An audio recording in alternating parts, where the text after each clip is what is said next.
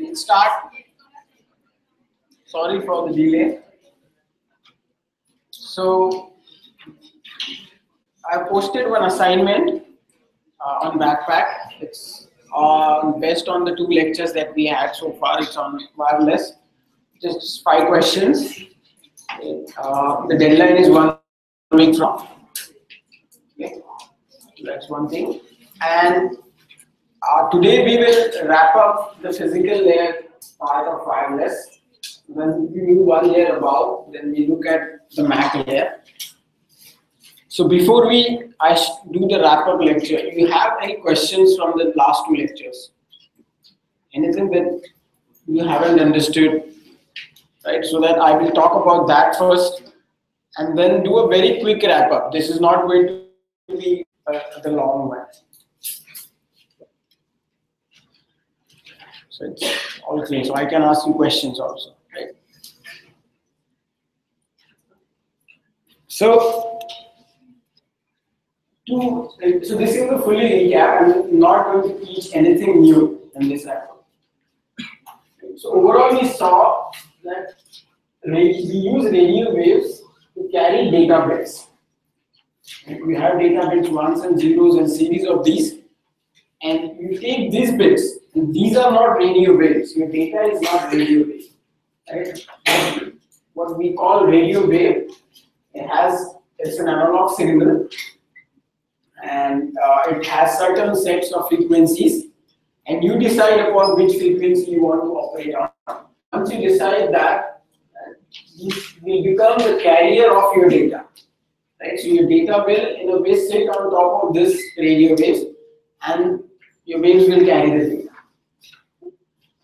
So the sitting on top of the other one, it's a technical term is modulation. You modulate the signal. As you modulate your voice, you modulate the signal.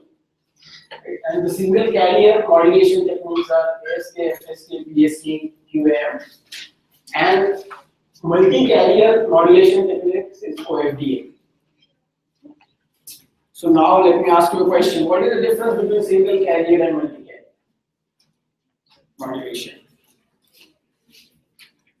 How would you differentiate between this is a single carrier modulation and this is a multiple carrier modulation? What's the key point?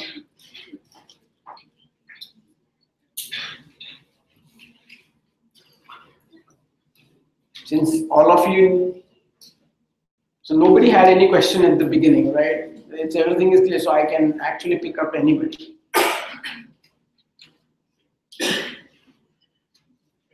Yeah. So for multi-carrier modulation, we divide our data into different streams and submit them over several frequency bands. Right. Good. Right. Very good. So in fact, I was expecting an answer which was little below. So I was expecting, okay, this is single carrier, this is multiple carriers. That's it. Right? But I got a better answer. Right? So the difference is not just using multiple carriers. The difference is you take the same stream of data, right? And you divide that one single stream into multiple substreams. and then you utilize it. Had it been a case that I have multiple sets of data already, and then I use one carrier for each one of them, then it could actually be a single carrier for each data stream. Right? But the fact is, I take the whole data, right? I shred it, and I get multiple streams out of it. And then I send it using multiple carriers, and then at the end also, I get the whole data as one unit at some layer in network stack. Right? That's an advantage of doing multiple carriers. So this, by the way, is term that is now, it's becoming like a constant in today's world, right? So 3G uses it, Wi-Fi uses it, LTE uses it, 4G uses it, 5G uses it, and yesterday I heard that optical networks will also use OFDM, right? So no matter what networks you would use nowadays, because wired Ethernet is going to vanish very soon. It will get replaced by either Wi-Fi or optical. You will also get very soon optical to your home. Right? Optical cable will come to your home. So in that world, you will only have OFDM, nothing else. All the networking technology will typically use OFDM. Okay? So that's the reason we are learning about it. So we did not look at coding because you know coding from different lectures and different courses also, right? So we did not look at coding. But coding gives you a technique where either it's used for completion or it's used for error recovery. Like you have some CRC check or some more codes in the data so that you can recover back if there is a bit error here and there. So we did not look at coding. Let's minute that. Then we saw on the wireless channel at the physical layer, you have path losses. As your distance increases, you have a loss there, and it's on a slower time scale. That means it doesn't vary very quickly. If the distance is farther, then throughout the time you will have a bigger path loss. Okay. Then what I say is multi-path fading. It's at a very small time scale level. Okay. So anybody knows what multi-path fading is? And there is a simple answer and there is a right answer. Signal gets reflected from various different paths, and when it reaches the receiver can get confused whether this is a signal is an X signal. Right. Signal of the Or multiple paths, right? And when it gets more and more complicated, it's a function of something. The variance of the reflection and the transmitted signal. Right. So as that time delay or the disperse delta t, as it goes smaller and smaller, right, it gets more and more confusing. If that delta time on the extreme scale, I say something, and after 10 minutes you hear something, you know pretty much sure that this is an echo because I heard something, right? But as this thing comes closer and closer, you don't really know whether this is a successive data, right, or this is the repetition. So that's why it's on a very faster time scale as compared to the path loss. Then we all know what channel noise is. And there is inherent noise in the environment, and that also plays a role. And then we saw channel impulse response in time domain and channel frequency response in the frequency domain. Channel also takes your signal, right? Addition of noise is a constant, right? You just shift your signal up or below, and it's a constant DC voltage that gets added to AC signal. Okay? But this is an impulse response, which is a function of various frequencies. Right? So for certain frequencies, the environment will be very harsh, and for certain frequencies, the environment may not be that harsh. For example, very low frequencies can actually go around the earth, right? And the environment is not harsh on that. But at very high frequencies, the environment is very, right? It becomes harsher. And then the same thing you look at it in terms of bandwidth, right? Frequency and bandwidth is related. Then you have a coherence bandwidth and a coherence time of the channel. Right? So in this H function, channel frequency H, capital H, and if you take this H as a function and you look at a set of frequencies, right? And if it is almost constant, this H is almost constant from F1 to, let's say, Fn, then you see, right, the coherent bandwidth is this much, right? But then if it is not almost constant, it's right? If you take typically a larger frequency band, then it will be not constant. Right? And this is the bandwidth is where it is constant, you say that's the coherence bandwidth. Right? And you have to look at this coherent bandwidth because then finally that determines something and how fast you can send data. So the two sides of the same coin is how fast you can send data is also tied to how much bandwidth you have.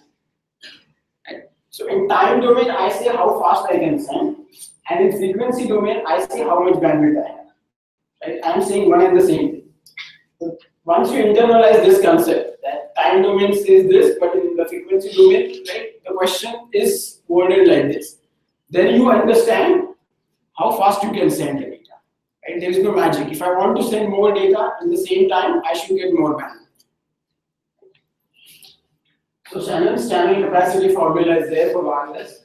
It's basically talking about signal to noise ratio SNR. Decides how easily you can distinguish bits, because if the noise is too much, it's as powerful as your signal. Right? Of course, you cannot then find out what is noise and what is signal. Right? So that is one thing. Channel bandwidth and limits on how fast you can send data. Right? Depending on how much bandwidth you have, that will determine. Yes. Yes. Can you say that what did you exactly mean by slower time scale path loss? What is slower time scale? And the wireless channel path loss point. See, if you look at it in terms of frequency, right, the path loss is, when I say the distance increases, path loss will be more. Right? It's actually the square law. Right? I don't talk about frequencies there. Right? So if I come with this, so this is on the slower time scale. The frequency is infinite. Right? And when I talk about multipath fading, right, it depends on what frequency I'm talking about. Right? It is a function of frequency also. Right? So in terms of frequency, you look at it this point of view. Right? In terms of the time scale, right? So another way of looking at it is no matter how fast I'm sending or how slow I'm sending, right? If my distance increases, the data will go back, right? So that is on a slower time scale, right? But this varies very fast in multipath, because how fast I'm sending also has some role in the multipath, because the delay spread goes lower and lower, right? So this is on the faster time scale and this is on the slower time. So as long as you understand this thing, this is good for this course. And maybe if you take advanced courses, you should know more about this. Right? But as long as you understand what is path loss and multipath fading, that's sufficient. Right? So let's put it all there now. Right? And that's the challenging part. I showed you some bits and pieces of everything. If I have to now look at Wi-Fi, everything combined with all these things, how does Wi-Fi look at it? Right, so we have 802.11 physical layer which uses this QFDM. Right? Let's take example of 11.11G. Right? So if we take an example of that, then it is using 2.4 gigahertz. So you know now my spectrum where it stands. That is 2.4 gigahertz, and I get a bandwidth of 20 megahertz. So that's what 802.11 is. And if you ask any radio engineer, he will say it is 2.4 gigahertz band, and you get a frequency bandwidth of 20 megahertz. That's it. Like what we say Wi-Fi is actually this simple. And so physical layer transmits one frame obtained from the MAC layer. Now once you move to the MAC layer, you know what a frame is. But it is taking one frame from the MAC layer. It will encode the entire frame and it will push it out using the carrier. And this is how it works. It uses CRC at the end of message to enable detection, error detection. You know what CRC is. So bits in a packet converted to a coded bits using the convolution code. So we haven't looked at the convolution code, but that's a coding technique. You use some coding technique, right? And then interleaving of coding bits to withstand bursting. So this is basically the whole thing. The CRC, convolution, and so on, is to deal with errors in the bits. Because some bits will have some errors. Once you get this encoding, you split it in 48 parallel streams of OFT. And you take the whole convoluted code, and that's your whole one frame of data, right? Which you now divide it into 48 parallel streams of OFT. And you use 64 subcarriers, 48 to carry data, right? Rest for the control part of it. Right? So you have 64 subcarriers in this 20 megahertz bandwidth.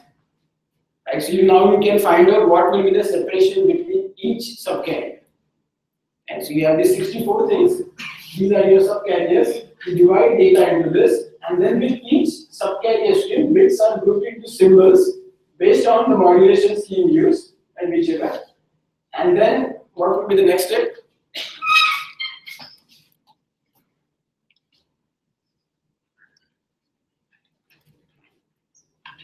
Right? You do this. So this is fine. You take the amplitude phase and you do the constellation diagram and you enforce it. But now the thing is, 64 of such values are passed through IFFT. What is IFFT? Inverse Fourier transform. You get 64 samples of time domain signal. Right? So you do this convolution of subcarriers, everything in frequency domain, right? And then you come back to the time domain, and then this time domain signal is converted to appropriate frequency with 2.4 gigahertz, and you send it out, right? So you see, this is the whole process of sending one frame. Right? It's a complicated process, but these days the cards have their own FFT chip that can do very fast FFT and inverse FFT, right? And with that, they have also chips to do encoding very fast. And with this, all the chips together, that's your Wi-Fi, right? And then there is an antenna which will send out the signal. So you put a physical layer header now, just like every layer has a physical layer will also have a header, right? Which is added to the start of this frame. Right? So which will give you some information at the physical layer. And on top of that, you have a preamble. What is a preamble? Beginning, right? So you announce that the frame is going to start now. And this is something which is predefined. So every receiver is always carrying the channel for this preamble. It takes everything that it sees in the air, it does all the computation and see whether this is a preamble or not. If it is not a preamble, it will throw it away. Right? If it is the preamble, then it says, okay, now the frame is going to come. And it gets activated, and then it is going to look out for the frame. So what your Wi-Fi is doing is, it looks at the preamble and then it stays away for some time and you get the entire frame. Okay. So this is how the whole signal looks like. Right? So you start with this, right? And it passes the data. After the MAC layer, you go through all these chips and at the end you push out the signal. Right? And at the receiver end, you go through this fashion. Right? You start from here, you look for the preamble, then you look for the header, then you do all this computation, and one at a time you go all the way up till you arrive at this point. Right? You'll see RC check is fine. And if all these things goes through, then at the receiving end you have a frame. Let me just show you. So receiver is always searching for the preamble in the air. If it doesn't see preamble, even if it's a data, and it will throw it away. As only when it sees a preamble, it will look for the data. So when the preamble is found, the receiver detects it's the start of the frame, it starts decoding the samples. The wireless channel H is estimated from the preamble. Right? So that is the function. H is estimated, and we will apply this H inverse to the data, right? And all subsequent samples. How does it help to get H here using the preamble? You know, H is a mathematical function, this H or this H.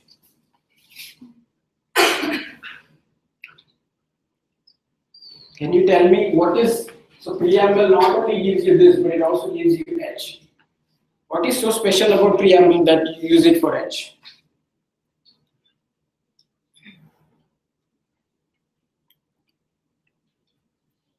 Any guess? How does the preamble help you to find out the function that you should have? age is based on the channel. That is yes. That is the characteristic of the channel. Yes. But the channel keeps on changing. Yes. So the age, maybe it has some bits that allows the channel to change those bits, and according to the changes inside the preamble, the receiver can guess that these are the changes that happen on the bit, so this must be the characteristic of the channel, and that is how we can get it. Right. So to add to thing, see, for the preamble, you know what is the input, right, and you know the output. So that helps you. For the data, you don't know the input, right? What the sender wants to send, you don't know exactly, right? So with that, right, you can't use it continuously to compute edge. But preamble, since you know what you're looking for and what the sender should have sent exactly, right? You use preamble. So preamble is actually very long. Right? A lot of times it reduces your bandwidth, but you have to use preamble to get or estimate the value of edge. So once you know the edge, you can do the same thing for the data. The receiver takes each ordained symbol, split it into subcarriers using FFT, and you do the same thing, right? And you do the demodulation and everything. Finally, you get the CRC, you check CRC, and if all the error codings are fine, then you pass on the frame to the memory. Okay? So this is what goes on at the physical layer. Right? So now I have these slides put up. I will put up these slides. You can go through this and find out how much time everything will take, right? And how much will be your bandwidth out of this, right? So I'm not going to go through this computation because that's a very simple mathematical compute. So typically in 802.11g, you see different data rates: 6, 9, 12, 18, 24, 26, 48, 54 Mbps. Okay? 54 Mbps is the maximum you can use at .11g. And depending upon what modulation you're using and what coding you are using and what is your signal to noise ratio and all that, right? The rate is determined. Right? So typically, as your distance increases from the access point, right, your rate will go down because it has to put more encoding to recover losses.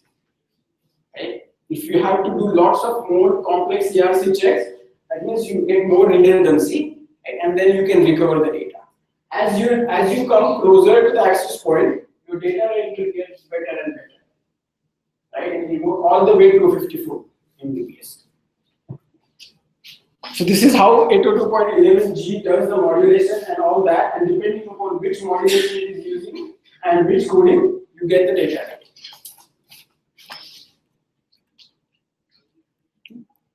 So to conclude this physical, any questions? To conclude this, we have so far used multiple carriers but still one antenna. At the receiver there is one antenna, at the transmitter there is one antenna. Right? And another hard bottleneck in wireless is, since you only have one antenna, you cannot transmit at the same time and you do the receive. Right? So in any device that you buy in wireless, if you are transmitting, you cannot do receiving. And if you are receiving, you cannot transmit. Right? So that, I think 2 years back at least, in the lab they have shown you can transmit and receive at the same time. That is still in the lab. But with that, if that comes to the industry, what will happen is 54 Mbps will suddenly become twice. So just imagine the power. Right? Today you get Wi-Fi at some rate. If that technology now is installed, right, immediately everything will become twice. Right? So Wi-Fi, I mean, we are looking at that point when we can have. But till that point is reached, what we do is MIMO. Anybody has heard this term, MIMO? Right. So in Wi-Fi, what is the MIMO standard? What is the number given in Wi-Fi for MIMO? So 802.11. Yeah, I think some of you already know this. What is the MIMO? So I said A, B, G. I stopped at G. Right? A lot of you already have devices now with .11n. Right? What .11n means? You have multiple antennas, at least 2 to begin with. Right? So what you can do now is you can transmit using one antenna and you can receive using one antenna. Right? And the very simple that. or you can transmit using both the antennas, or you can receive using both the antennas. Right? So your permutations combination will increase as you put more and more antennas. That's called multiple input, multiple output, MIMO. So you have multiple antennas at transmitter and receiver, and different ways you can use it. Send and receive multiple copies of the same signal to increase chances of successful reception. Right? So you don't have to use complex CRC. You just send two data at the same time. Right? Or you can send multiple parallel streams of the data with special multiplexing. So typically we have now 2 by 2 MIMO, and it is getting better and better as you put more antennas. Right? So this will immediately double, at the most, your transmission rate and reception rate. Right? So that's what MIMO is at the physical layer.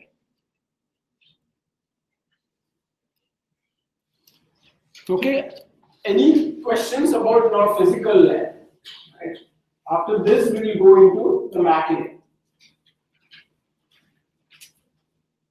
Right. Any doubts? Questions?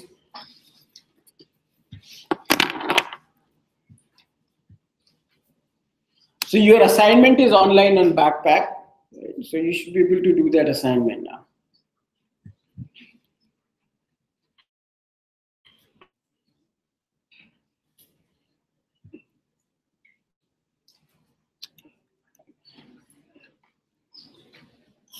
So I'm going to use the slides from the book which we have referred for the computer networks course. Right? We left out the wireless part of it.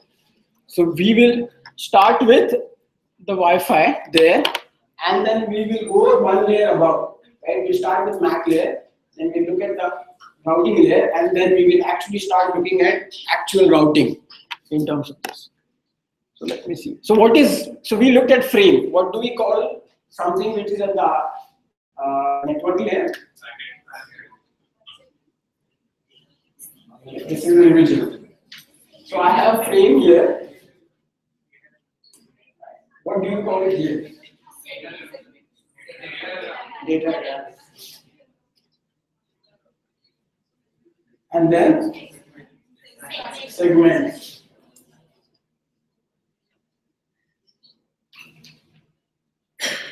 Right. And this is actually RSP and wireless. Right. So we will stick to the same thing. Right. So there is RF, the radio frequency, then there is a frame at the MAC layer, then there is a datagram at the IP layer, and then at the TCP or UDP we have segments. Right? So now, when we came into the world of wireless and we start sending data over wireless, right? Before that, we already had this model of networks for wired networks. Then how can an Ethernet switch communicate with a wireless device?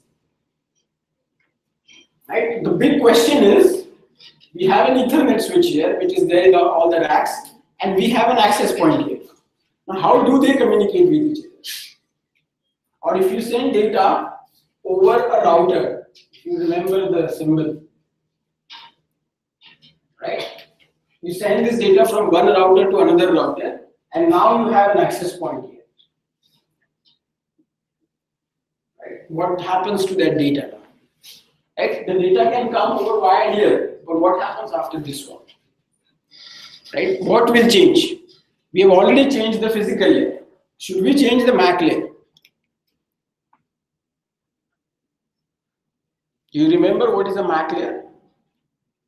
What is the objective of a MAC layer from your computer networks course? What does the MAC layer do?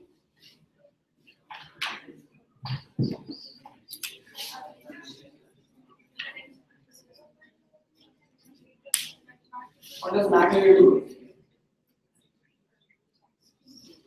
It's control access, right? To what?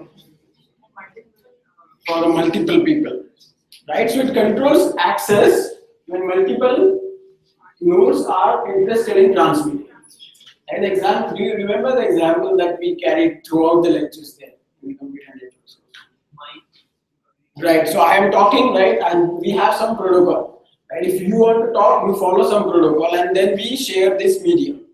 Right? So on wired we have one way of communication for Mac.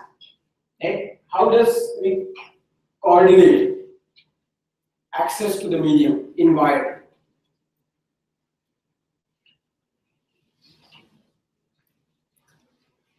Initiate contact. Do you have that book or you sold it? Well, what do you do in the Mac player? Initiate contact. First, send a message to the whichever. But even to send a message, you should get control of the medium, right? So how do you coordinate access to the same medium across different nodes in wired communication? Time division, right? So you give some time, right? What is better than time division?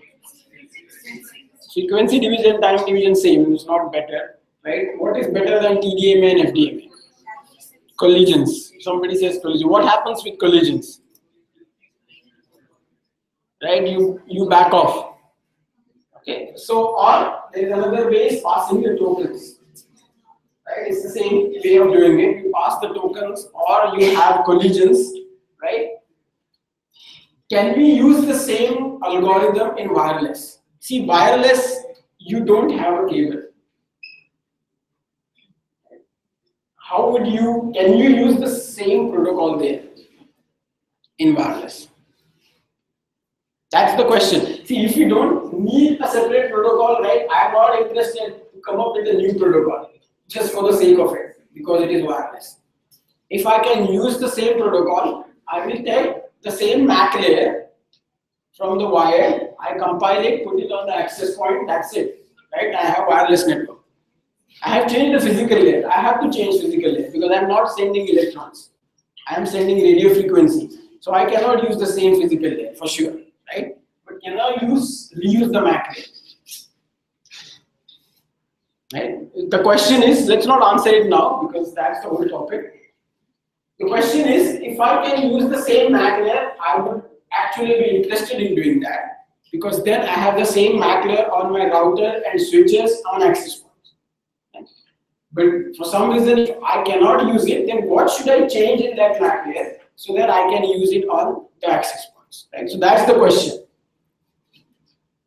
Okay, so we have seen this problem right in the wireless. So one example is mobile phones, right? Another example is Wi-Fi and so on. Right? And you know about this. You also know about the problems on wireless. So let's not go. Right. So let's look at wireless network for the sake of it. Okay? We know what wired networks looks like. Let's look at first of all what is a wireless network. So the way I define wireless network is this one. I have one special device which is sitting in the middle, and there are some slave devices which are sitting around this master. Let's call this a master, and these are all the slave devices. Right? So I have a master wireless device and a slave wireless device around it. Right? And they form, let's say, one cell. Okay? And they all talk to each other through wireless. And there is no wiring. There is only one wire which runs from this master to the backbone network infrastructure. Now this could be the internet, this could be the wired LAN that you have here, or WAN or anything. It's your backbone network, which is fully wired. Right? So this is how I will have wireless network. And this is one way of doing wireless. And there are other ways of also doing it. But now the point is, I have one device which is special and another device which are not special, which we did not have in wired networks. Everybody is same. Every router is same as the other one. Every host is same as the other host. Right? But we have changed the game. We have one special device and the other one's not special. Right? So these devices could be your laptops, PDA phones, right? One application, they could be stationary or they could be mobile. Right? So this guy can move here and this guy can move here, here and anywhere. Right? So that's our mathematical model. So is our Wi-Fi like this? Right? We should ideally model something which is actually there in the reality also. Is your cellular networks like this? Is it like this, cellular network? So what is the main device in the cellular network? The tower, right? The cell tower of right? That's in Wi-Fi. What is the main device? Access point, right?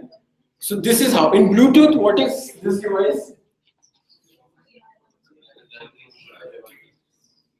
In Bluetooth, there is inherently there is one master and slave, right? There is the master, that's the slave, right? So if this is your phone and you have that headset, then it becomes your slave or Bluetooth device, and the master is your phone, right? So if you see in most of the wireless, we have this model: one master, one slave.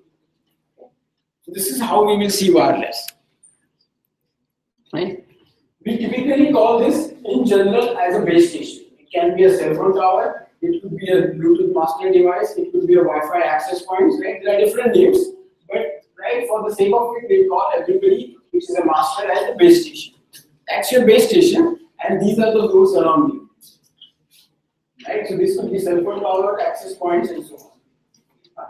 Now, one thing that gets defined, if you notice here, there is a circle around this base station. So that is its range. Every base station will have its own communication range, and it can anybody within that communication range can talk to the base station, and vice versa. Right? So this is how our communication will happen. So we are not showing any lines; we just show circles now. In our networks course, we showed lines everywhere, right? Now we will start showing circles because there is no line there. So that is the range of every base station. Right? If a node is out of this range, that is not falling in any one of these circles, it is out of coverage. It cannot communicate with the network infrastructure. Okay, so if this node moves out here, it is out of coverage. The range is defined as the distance from the access point or the number of persons the access point can handle? No, it's the first one. It depends on what is, it's a function of the antenna, its transmission power, its height, and how much range it can get out of it. But It doesn't matter whether there are 100 or millions of users there. You are still then connected to the base station. But suppose it can handle only 10 persons and there are 10 plus 2n persons here in this range, then it won't work for the rest of the n persons. Right. So, but this is right now we are in abstract model. In that case, we don't have limits. Right? We don't have the performance. This is a performance limitation. Okay? So we don't have any performance limitation, and we can have infinite number of these small glass devices. That's fine. And but if you are not within the circle, you are out of range. That's our mathematical law. Okay. So you see one example of mobility here. Right? You move from one circle to another circle, right? But still you are always within one circle. In that case, you are connected to this, right? So as you are traveling on the road with your cell phone, right? You are going from one tower's range to another tower's range. So that's following this model, this particular instance. Okay. So this is an example. This is actually the same illustration that we had in the physical layer.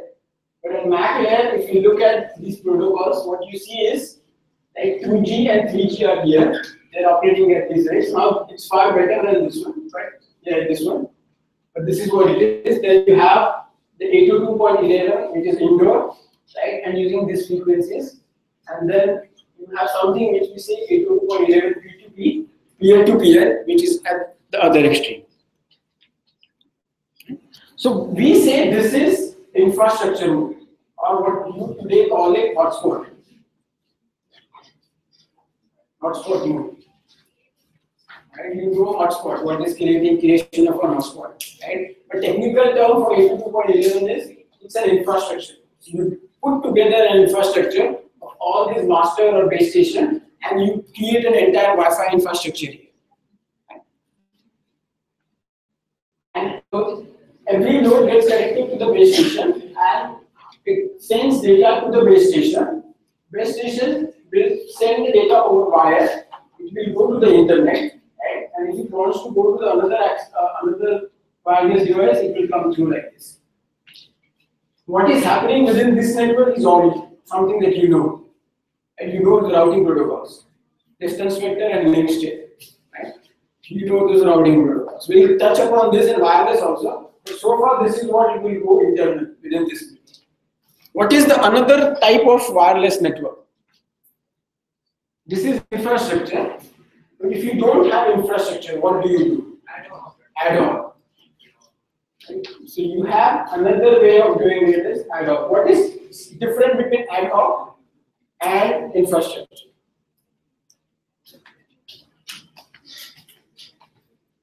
What is the difference between an ad hoc and infrastructure? Have you used ad hoc mode, and how many of you use ad hoc mode? Not many, just 2, 3. The rest of you have not used ad hoc mode at all, or you are just not tired. Used it. So what is the difference?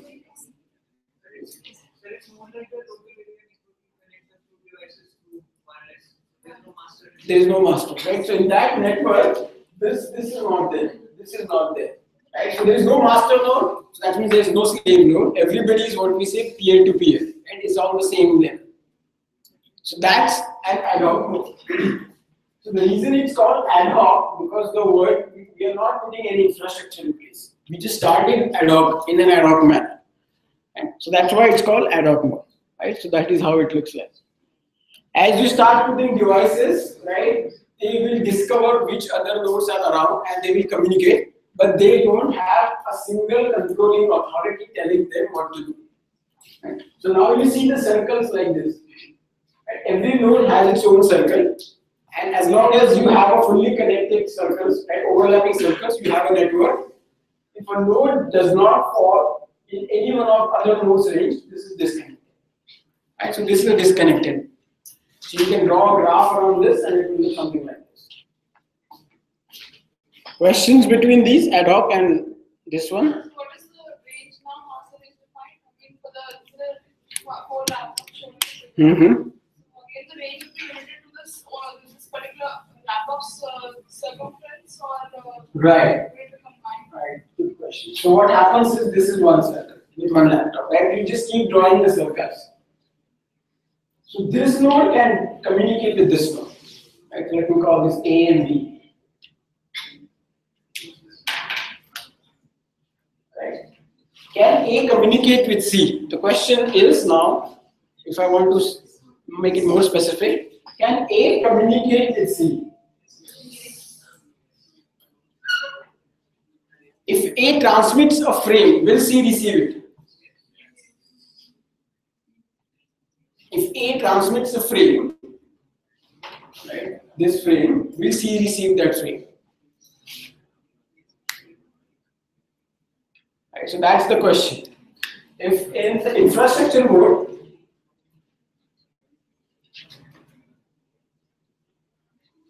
you have A and C like this, right? Whenever A transmits, C will receive the frame, right? Even if in this case. Actually, now if you draw a circle around, right, it's something like this. Right? So in the boundary case, right, the master is at the boundary, which is touching these two dotted circles. Right? In this case, when A transmits a frame, C will not receive it. Right? So if A sends a frame, and B will get it, C will not get it. We have to do something more for C to get it. In this network, whenever any node transmits, other node can get it because you are always within the range of this access point. If C does not get it, this access point is the master. It will give it to C because when it repeats it, C will get it. In this case, it will not get it. Right? So if this sends a frame, this may not get it unless they are directly within the range of each other. Right? So that's why we don't use this mode. Right? It's almost useless for us. Right? But in the infrastructure mode, we can use it. Is this okay? Questions? So by the way, then what's the use of this mode? If I transmit only if my neighbor can get it, when would I use this mode?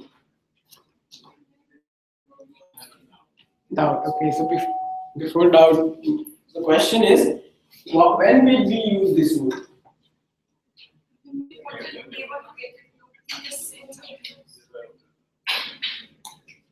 don't have that base. Right, so that will happen anyway, right? Even within the infrastructure mode that happens. But there is a good reason. So in the infrastructure mode also, if I send it, my neighbors will also get it. But when do we deploy this mode? We don't have that base station. When we don't have a base station. Right? Typically, in the military environment, right, you cannot find good locations for cell phone towers. Right? You just have to disperse nodes, wireless nodes. And right, that is what it is. And nobody can act as a base station. And that way this network will work. Especially in the war-like situation when the whole point is to bring down the cell phone towers, right? This network will survive.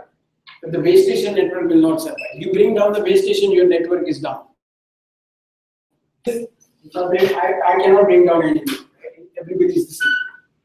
Right? So it's mostly used in a manner which is more resilient, but it's complex also. Secured. Why?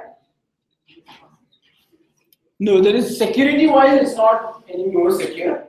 Right? I understand there is an access point which has more control, right? But that doesn't make it more secure. So, yes. Sir, can these modes like ad hoc and network infrastructure can be changed dynamically? Like if I need to transmit between A and B machines, and the B machine is not in the range of the master, but is in the range of the A machine. So can it be like dynamically change its Yes. So in this network, right, if the nodes are stationary, you cannot do anything after that because their wireless ranges gets defined. Right? So in the master slave, can it change to ad hoc while communicating with the No. Either you are in this mode or that mode. Right? You cannot be in both the modes. So far with the technology, it's not possible. Maybe later technologies you might be able to do that. Right? But either you choose right put in this mode or that mode. because if B is not in the range of master, it will not receive this message. You're talking about this one or this one? Like combining both of them. Like if in the right hand side diagram, if the C node is in the dotted circle of A, but not in the circle of master. No, that cannot happen. See, the master, every node within its coverage is within it. If C is outside, right? C does not have a master, and C is disconnected, right? And even if it can get something from A, it's going to ignore it, right? Because it will continuously, because it's in the master slave mode, so it is searching for a master. Only when it finds a master, it will get attached to it, and all the communication will be through masters. So that is what I am saying. Like, Yes. Can it change automatically? No, not right now. Either you stay in the master slave mode and you get connected to the master, or you become ad hoc and you don't search for a master. But you cannot do both the things together. Okay. And so, but the example that I've shown you, it's when the ABC is constant, they don't move, right? What is the mobility part of it? The hard part is when A and B and C, they start getting mobile, like robots or drones. And these days, right, robots and drones networks are common. When you fly these UAVs, right, how do they communicate with each other? They have to tell each other, don't get into my way. These are all drones, right? They communicate using this mode. Right? They are constantly keeping the distance between each other and they are telling what they are going to do together. Like, or the other example is the ants. How do ants communicate? They don't call a master. And they don't have cell phone. Right? They are talking to their neighbors, and the neighbors will talk to their neighbors, and they form an entire network which is like this. Right? So most of the biological networks are like this. Most of the robotic networks will also be like this because you cannot assume a base station all over the globe. Right? These networks are like this. So that's why we learn and understand these networks. But most of the time we use this one because it's very simple to manage. Right? You just manage the base station and it becomes easy. Right? So we will look at one particular question at the MAC layer and then we stop after that. Right? So I will give you one complication and we will be discussing about whether we can use the MAC layer of wired networks. Right? And I will give you one example that if I use the MAC layer of wired networks, it will not fly here. It's not successful. So this is just one example. So imagine I have three nodes again, A, B, and C. They are situated like this. So A is here. It can talk to B like this, and B can talk to A. But there is a big wall or something which is hiding C from it. There is an obstruction between A and C, and they cannot see each other. Right? So my network is A to B, B to A, C to B, and B to C. Right? If I use my standard MAC protocol, right, which is about about collision, right? I'm not going to revise what collision means. So if you know about what collision means, right, what is the problem here? Think about this. You look at the slide. You remember. You remind yourself what is a collision, and then you tell me what could be a problem here. So A is sending something to B, and C at the same time is also sending something to B. So A and C cannot communicate happily when B receives it. So it's receiving from C and A. Right. So there would be a collision there. Right. Right. So that is the thing. But what is the bad thing about it now? It does not stop there. It doesn't stop there. Just get stuff from C as well as A. So there's collision from both the ends. Right. This is the bad. And what will happen in the wired network? If A, B, C are connected like this on a wire, right? I have an Ethernet cable. This could be my switch or hub. Let's even make it simple. This is my hub. Right? I have bought an hub. Right? I have three nodes. I connect these wires to the hub. Right? Same scenario. If you play it here now, what will happen?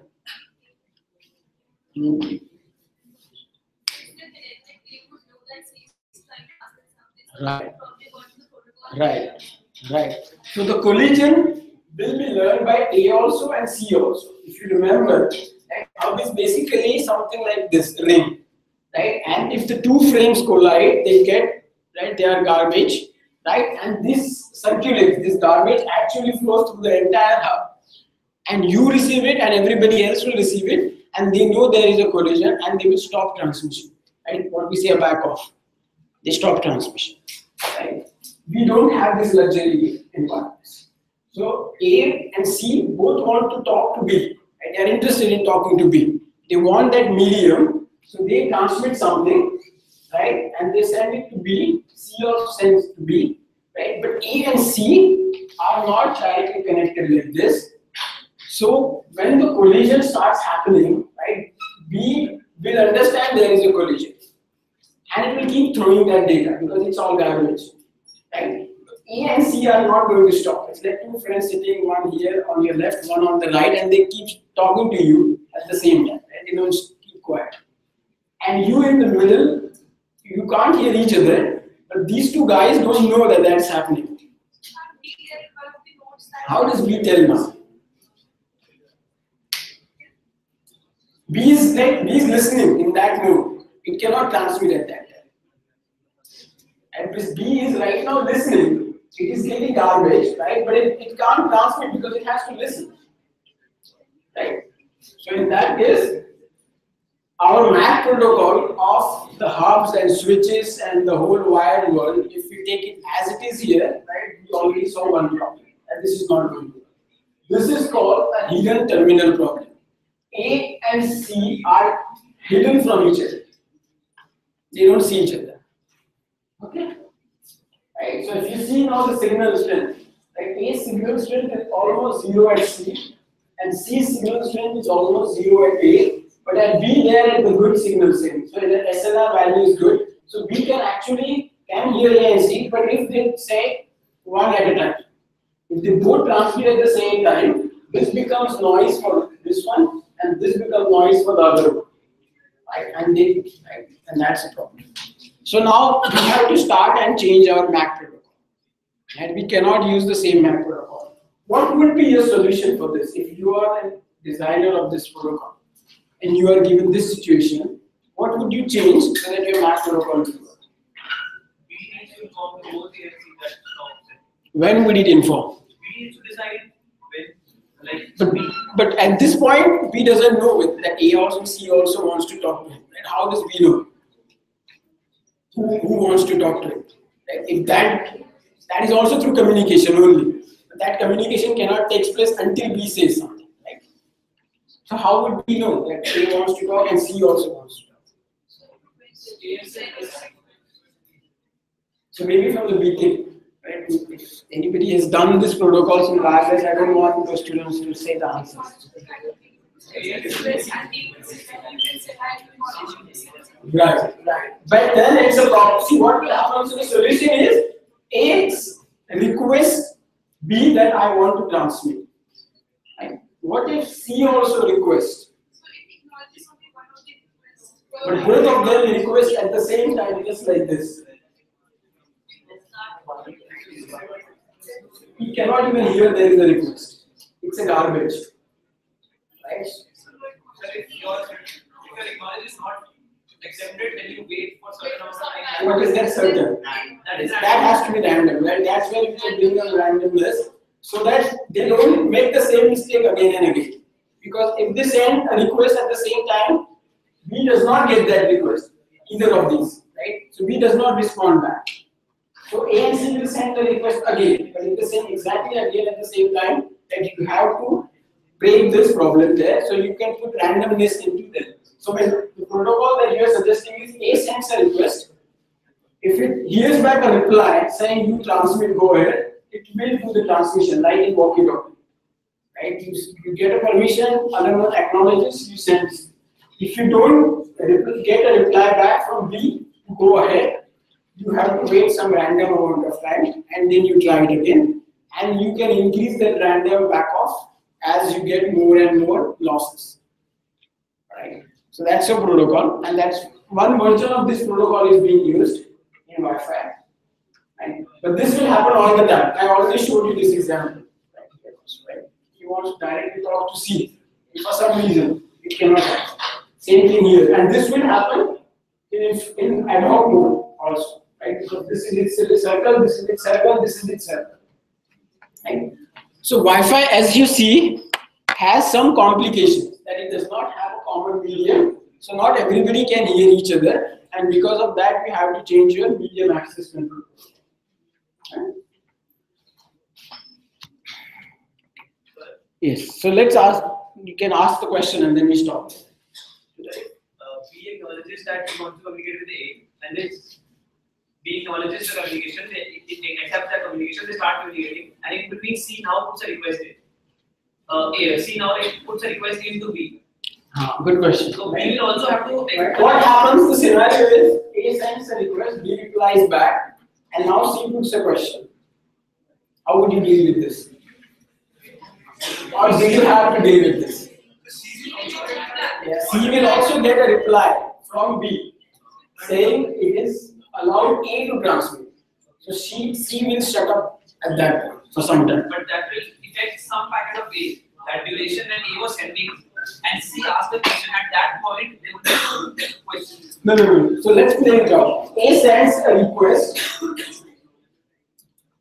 to B, right? Next instance, B sends back a reply to A and C. So C will hear it.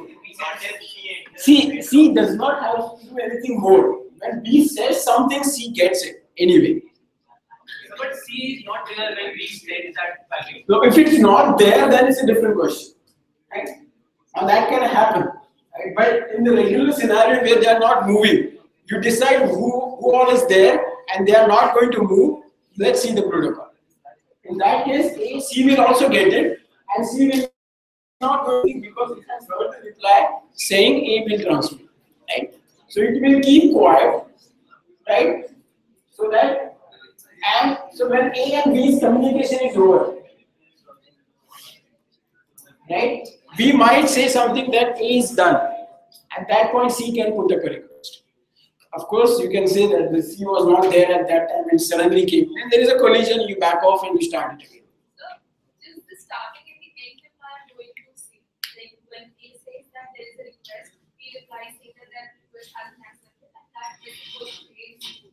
So finally, when C is done with the with A. Right. But if the C has not put up a request, it's not sent a request, B doesn't know. See, in this scenario, C never transmitted so far. It saw the reply and it kept quiet. It never sent a request. And in the request, B says something again.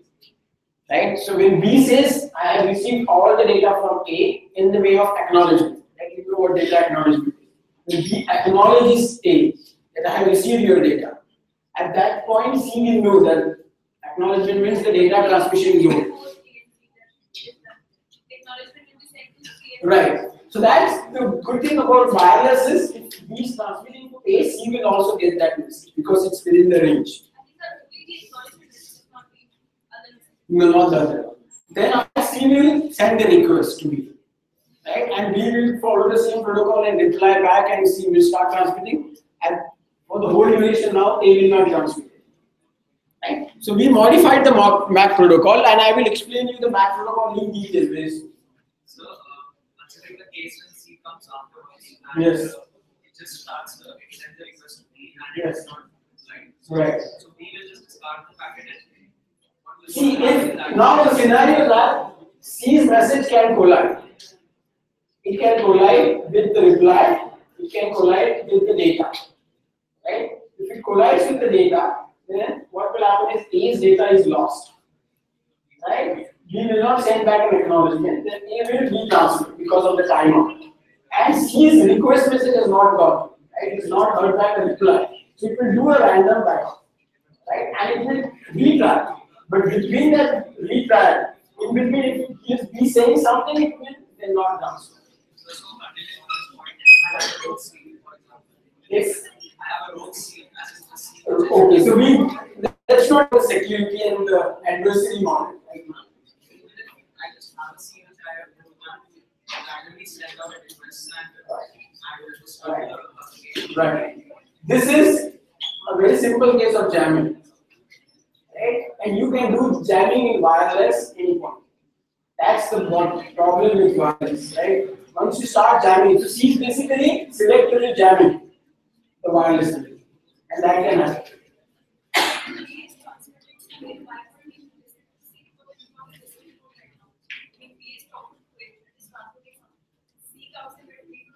Right. So we will not get that message and we will not. Right. It will not do that. But another thing that has happened is A's message is also lost, the whole data, because it collided. So B is not going to say anything. B will know that C is putting up a request. On top of that, B has lost all the data coming from A. Right? No, he doesn't know. So, but A will retry data transmission. Because A does not get back an acknowledgement from B. Right? Because its data is lost now. Right? And then because of the collision. So A will retransmit. Right? So that scenario A is going to play.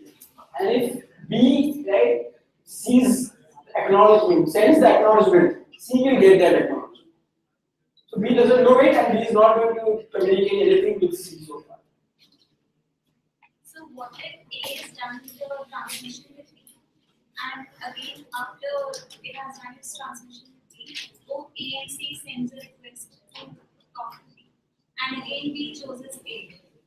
Right. So that's now a question of fairness. Right? And the protocol has to be correct also and fair also. But these two are separate things.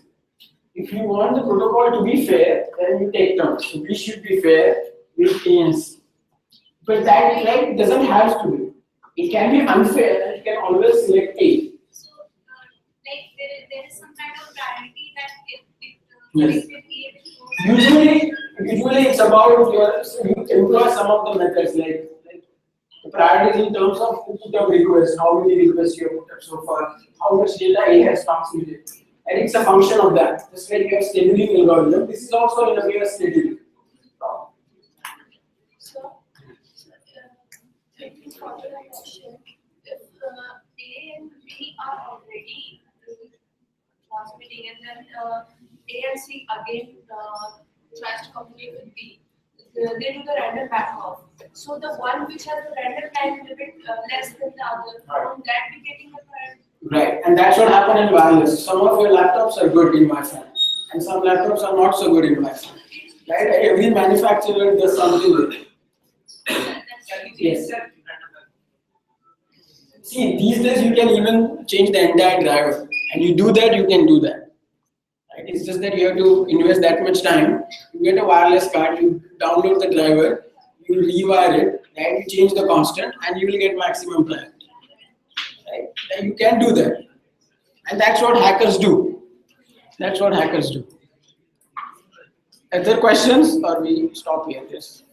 Like we acknowledges that A has been message. What is that message is like transmitted to A but not interfered while it is being transmitted to C. So C never gets to know that the communication between A to B has ended. Right. So if C is not in this range, right? So that we have changed the model of the network.